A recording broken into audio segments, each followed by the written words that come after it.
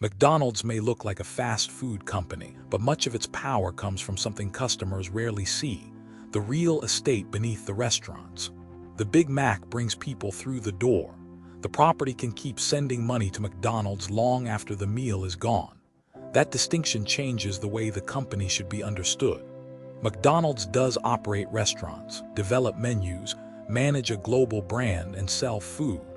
But in its conventional franchise model, it also controls the land and building, then rents that location to the person running the restaurant. The franchisee supplies much of the operating investment. McDonald's supplies something even more strategically valuable: access to a proven brand and control over a site where that brand can sell. Here is the basic arrangement. McDonald's generally owns the land and building, or secures a long-term lease on them. A conventional franchisee pays for equipment, signs, seating, and decor, then operates the restaurant. In return, the franchisee pays McDonald's continuing rent and royalties, commonly tied to restaurant sales, along with required minimum rent payments and initial fees. So the same restaurant produces two different streams of income for McDonald's. The first comes from the property, rent. The second comes from the business system, royalties and related fees. That is the hidden mechanism behind the real estate story. McDonald's does not need to rely only on selling food directly to customers.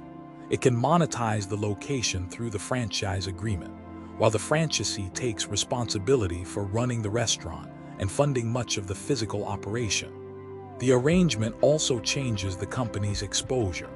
A company-owned restaurant must fund the operation itself and keep the economics of the restaurant on its own books. A conventional franchise transfers much of the day-to-day operating burden to the franchisee, while McDonald's retains a claim on the site and on the sales generated there.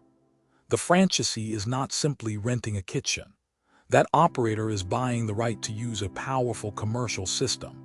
The name, the menu, the procedures, the supply network, and the customer expectations attached to the golden arches. But the right to operate does not mean the franchisee owns the whole economic relationship.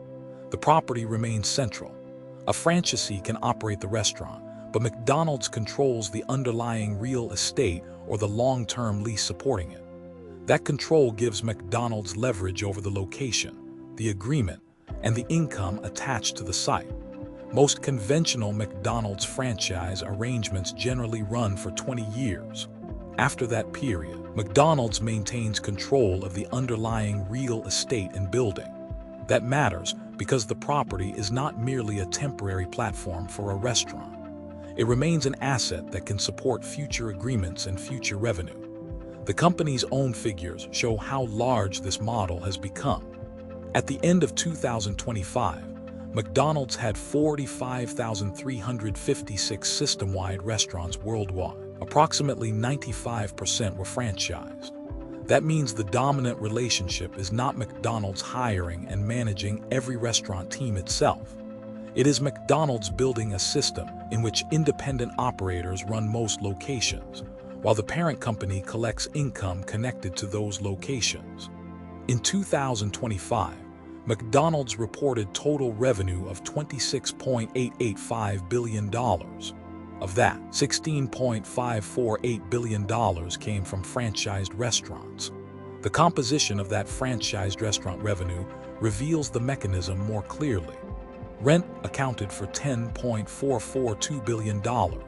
Royalties accounted for $6.018 billion. Initial franchise fees added $88 million. Rent was therefore not an incidental charge attached to the franchise business. It was a major revenue stream in its own right. Royalties added another stream based on the sales performance of the restaurants. The property and the brand were working together, but they were being monetized through separate contractual channels. This is why the phrase "McDonald's is a real estate company" is both useful and incomplete. It captures the importance of location control, but it can hide the operating system wrapped around that property. McDonald's is not collecting rent from empty buildings. It is placing a globally recognized restaurant concept on those sites, then tying rent and royalties to the activity taking place there. The restaurant creates sales. Sales support royalties. The location supports rent. The franchise agreement connects both sources of income to the same physical site. That structure also gives McDonald's a form of continuing visibility into future revenue. Existing conventional franchise agreements required $31.451 billion of future gross minimum rent payments to McDonald's, including payments due from 2026 onward. Those minimums do not guarantee that every restaurant will perform equally well, and they do not remove the risks of operating in changing markets. But they show the contractual value of controlling the property. McDonald's is not merely waiting to see whether a franchisee chooses to pay rent next month. Many rental obligations are built into agreements that extend into the future. The royalty side adds a different kind of upside. Minimum rent protects a baseline contractual payment, while sales-linked rent and royalties allow McDonald's to participate when restaurant sales grow. A successful location can therefore become more valuable in two ways. It can support the property relationship, and it can generate larger brand-related payments. The model is especially powerful because McDonald's does not need to supply every dollar of capital required to make each restaurant function.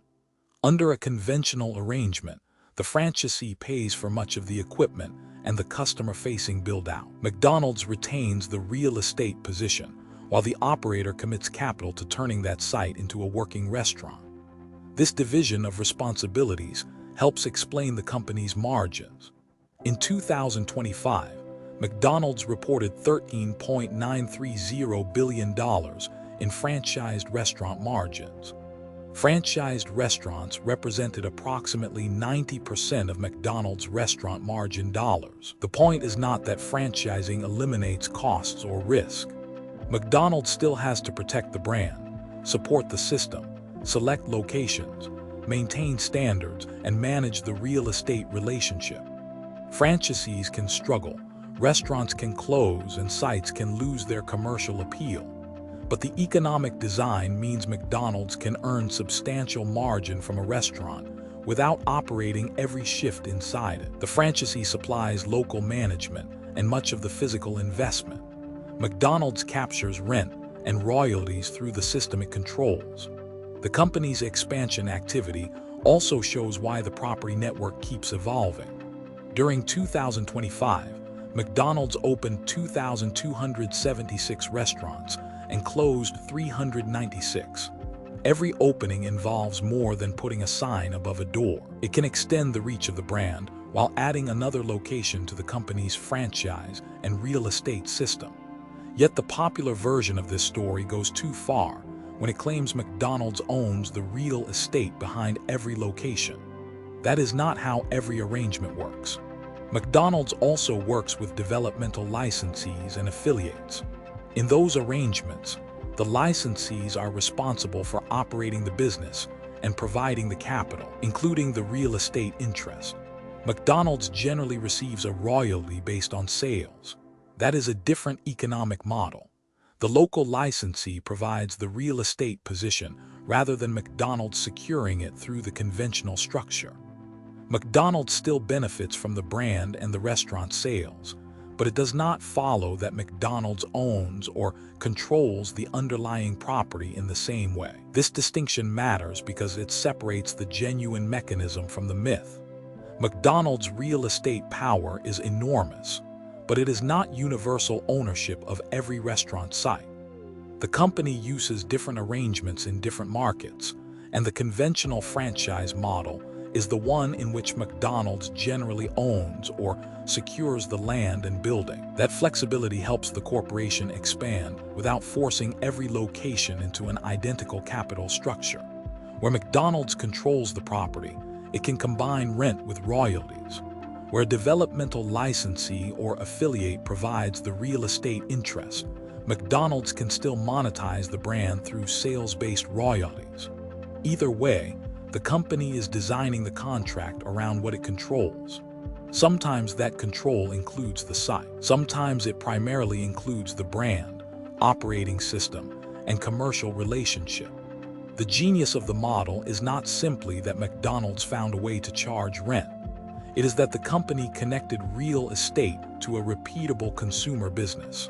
A piece of land becomes more valuable when customers already know what they will find there. The brand makes the site productive, and the site gives the brand a physical point of access to customers. Franchisees gain a business with established recognition and a structured operating system. McDonald's gains an operator who invests in the restaurant and runs it, while the parent company receives contractual payments tied to the property and the sales activity. That is why the Golden Arches can represent more than hamburgers.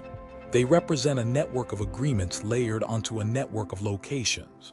Behind the counter is a restaurant business. Behind the restaurant is a franchise contract.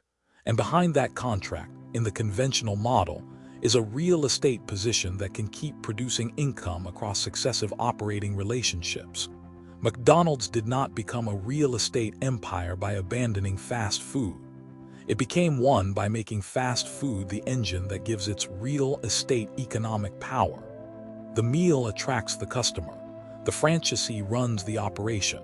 The brand drives demand, and the property captures value from the entire system. The real lesson is that the most important asset may not be the product being sold. It may be the controlled location, paired with a contract that earns from both the space and the sales taking place inside it. That combination turns a restaurant network into something much larger, a long-term machine for monetizing land, operators, and a brand at the same time.